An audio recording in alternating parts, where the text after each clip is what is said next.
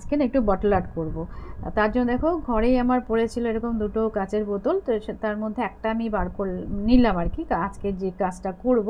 আর এটা একটা বিউটি ব্লেন্ডারের সাহায্যে ওপরটা মানে জারের ওপরটা আমি পুরো এভাবে কালার করে নিচ্ছি।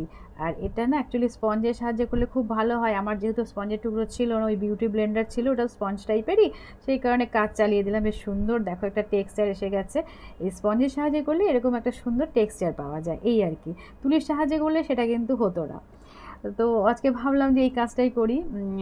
আর বাইরে প্রচণ্ড গরম, মানে বাইরে কোনো কাজ করাই যাচ্ছে না, তো আমি ঘরে এসি চালিয়ে কাজটা করছি, মানে না হলে ভিডিও করা যায় না।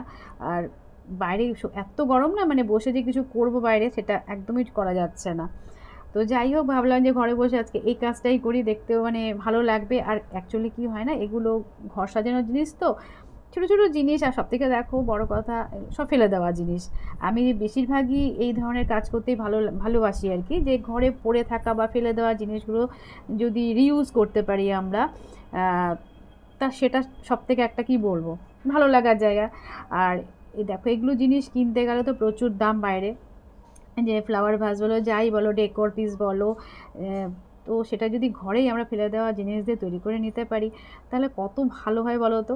আর ঘরও মনের মতন সাজানো যায়, নিজের হাতে করে যদি কিছু করে ঘর সাজানো যায় সেটার আলাদা আনন্দ। সেটা যারা করো তারা তো বুঝতেই পারো আর কি। তো আমারও সেটাই, আমি তো এগুলো ভীষণ ভালোবাসি। তো যাই হোক, দেখতেই পেলে আমি কীভাবে করছি। এবারে ওই বেসটা পুরো হোয়াইট বেসটা করে নিলে তাহলে এই যে দেখো কালারফুল লাগে ভীষণ দেখতে আর কি। আর অ্যাজ ইট ইজ এইভাবে যেরকম আমার মনে চাইছে আমি সেইভাবেই জাস্ট একটু এঁকে নিচ্ছি। অ্যাকচুয়ালি এটা কিন্তু কোনো একেবারে মানে এটার জন্য কোনো বড় আর্টিস্ট হতে হবে বা ড্রয়িং শিখে কাজটা করতে হবে তা কিন্তু নয়।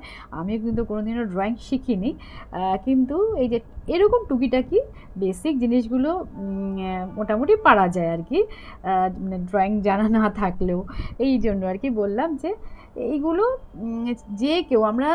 যে কেউ করতে পারি এরকম। আর সবথেকে বড় কথা, ঘরে বসে সুন্দর একটা সময়ও কাটানো যায়, আর সুন্দর সুন্দর জিনিস তৈরি করা যায়। সবথেকে বড় কথা, ফেলে দেওয়া জিনিস দিয়ে, তাই না বলো? এই দেখো কত সুন্দর একটা ভাস বলো বা প্লান্টার বলো তৈরি হয়ে গেল সুন্দর। তো এটা আমি আর্টিফিশিয়াল ফ্লাওয়ার রাখলাম এর মধ্যে। এটাতে অ্যাকচুয়ালি এই যে মানি প্ল্যান্ট আছে না, ওই মানি প্ল্যান্টগুলো এর মধ্যে গ্রো করা যায় খুব সুন্দর করে। আর এইবারে একটা দেখো আমি মাটির ভাঁড় নিয়ে নিয়েছি, পুরনো সব, এগুলো তো জমিয়ে রেখেছি, তো একটা একটা করে সব আমি বার করে করে এক এক দিন এক এক রকম করার চেষ্টা করছি। তো এই ভাঁড়টাকে আমি দেখো পুরো অ্যাক্রিলিক কালার দিয়ে ভালো করে কালার করে নিচ্ছি, পুরো পুরো হোয়াইট করে নিচ্ছি। আর খুব ইজি ওয়েতে আমি কাজটা করছি আজকে। এই দেখো পুরো রঙটা শুকিয়েও গেল, আর অ্যাক্রিলিক কালার খুব তাড়াতাড়ি শুকিয়ে যায়। আর এগুলো দেখো পমপমের বল, এগুলো রেডিমেড, আমার কেনা ছিল, অনেকগুলো আছে আরও কেনা। তো ভাবলাম যে আজকে এই পমপম বলগুলো দিয়ে এই কাজটা করি, তাহলে বলগুলো কী হয় না, জমানো ছিল, একটা কাজেও এসে যাবে, আর ঘরে রেখে দিলে দেখতেও ভালো লাগবে না। আর এগুলো কালারফুল তো ওই কারণে বেশি ভালো লাগে দেখতে। তো এই কটাই কালার ছিল। আর এটা দেখো এইভাবে আমি লাগিয়ে দিলাম 4-5টা, দেখতে বেশ ভালো লাগছে না? তো এর মধ্যে দেখো আমরা যে কোনো প্ল্যান্ট গ্রো করতেও পারি, নিচে যেহেতু হোল করাই রয়েছে ভাতটার নিচে। তো এখন আমি কোনো প্ল্যান্ট লাগাচ্ছি না, এর মধ্যে জাস্ট একটা আর্টিফিশিয়াল এই দেখো ট্রি মতো ছিল, ওটা একটা বসিয়ে দিলাম। তো এই দেখো এটাও হয়ে গেছে, কি সুন্দর লাগছে। ওদিকে মানি প্ল্যান্টটা না আমি ঘরে এনে রেখেছি, বাইরে না কেমন গরমে মুষড়ে পড়ছিল পাতাগুলো, তাই জন্য ঘরে রেখে দিয়েছি। আর দেখো কি ভালো লাগছে না দেখতে, নিজে হাতে কিছু করে ঘর সাজাতে না সত্যি ভীষণ ভালো লাগে জানো তো।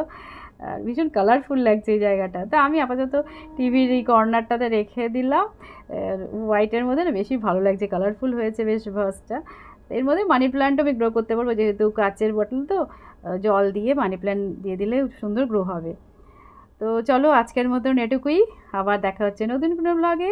আজকের মতন টাটা।